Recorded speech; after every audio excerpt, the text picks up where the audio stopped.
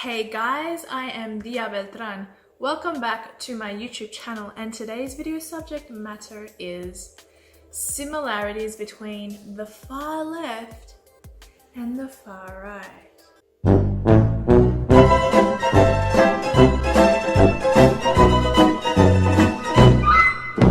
Before I continue on, I want to say that a lot of the points today are taken from theperspective.com. The link will be in the description box below. And a lot of it comes from personal experience and observations. So let's get started. Victim narrative. The far left uses the victim mentality as a way to gain oppression points. You know, the most who suffers wins, and you know, you can't say anything against them because, you know, sad life, minority, poor thing. They use this for emotional manipulation. They use this as a way to gain some sort of brownie points rather than, you know, using merit and working hard and figuring out. The far right tends to mock the far left for doing this, yet they do it themselves. Certain minorities on the far right claim to believe in personal responsibility, yet they shrivel up and adopt the victim mentality when it comes to certain topics, say multiculturalism. White nationalists, rightly, don't want to see an end to their ethnic homogeneity, which one could argue has already been well infiltrated.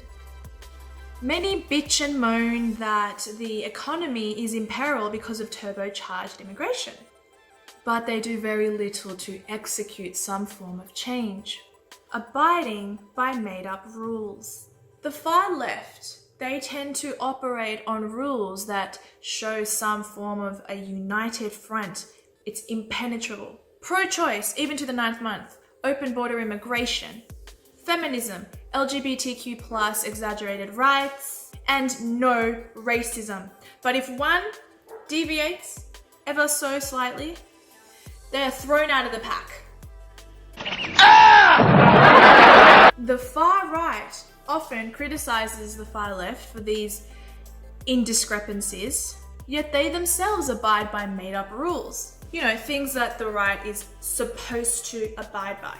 If you are on the right, it's in their book. It's here. It's here. I'll show you. It's here. See? It's in subsection 5 and it is part A.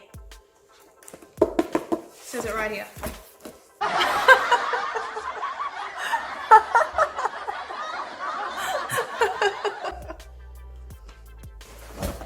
Well, I'm an individualist. And I've been making videos for, since I think September of last year that I was no longer a conservative. So those fake rules don't really apply to me. I can talk to whoever I want. Thank you very much. Collective thinking. The far left, as we all know, purely thinks in collective thinking. You are anti-science for believing in creationism. You are anti-woman and reproductive rights. You hate women, all of you. You are racist for not being more welcoming to immigrants. The far right, and actually the general right, also think in certain collectives. And this is something that should be noted. You are anti-science for not believing in the climate crisis. You are all killers for not choosing life. You are all condescending to immigrants and other ethnicities. That's just an accurate observation. Hypocrisies and double standards. The far left seems to call out their own for one form or another, but then they also completely dismiss this if it's something happening on the right regarding the left or regarding the left to the right. For example, President Donald Trump, apparently he sexually assaults women, and the left is outraged by this. But when it happens to their own, say Joe Biden, crickets.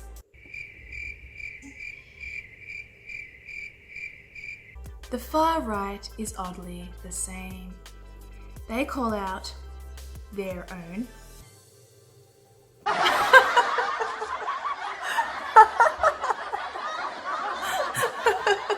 In an attempt to elevate their own righteous behavior.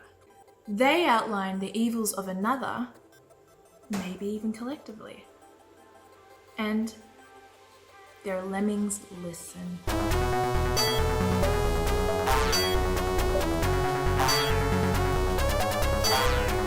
And silencing.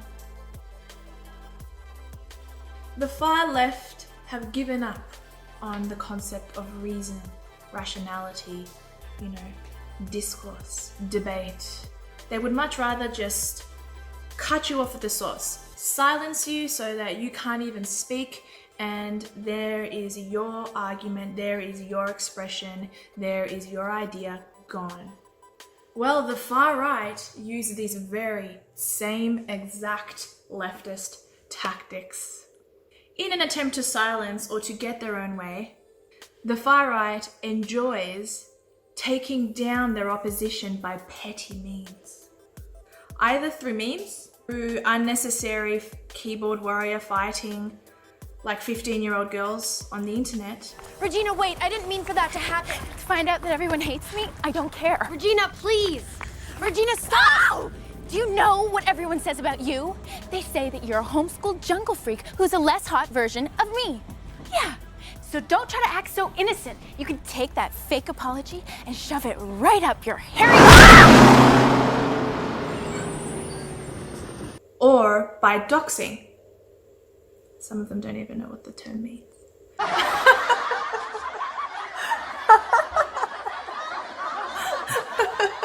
But anyway, these are my 4 observations on the similarities between the left and the right. I got an email recently and someone asked me whether I was a centrist. I feel the need to re-establish my position on this. I've made a video on centrism.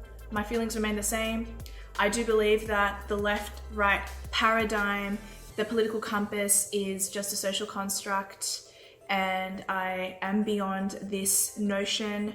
I have been criticized, I don't know whether lovingly or not, by subscribers, and they somehow think that I'm, arrogant for being beyond this paradigm. I am not left. I am not centrist. I am not right. I am neither of these things, but if we were going to operate on these things, I obviously do lean right, and I always will. So I hope that clarifies a couple of things. I hope you enjoyed this video. Please give it a thumbs up or a thumbs down. I like getting thumbs down. I like getting thumbs up. Why? Because it reads the same on YouTube. The idiots giving me a thumb down don't realize that, but give me a thumbs down. I really don't care. So I hope you enjoyed this video. Let me finish off by saying one thing. We are far stronger if we try and think of each other as human beings rather than a target, Just try and realize that that person down the road that you might hate is someone's son. That person online that you might hate is someone's sister. That whoever it is, that person who is an old person is someone's grandfather. That person who is an annoying lady is someone's mother. So just think about that and try and operate more on a human level than a hateful level. Bye guys, I hope you enjoy my next video. Please subscribe. All my social media links are in the description box below, and I'll see you next time.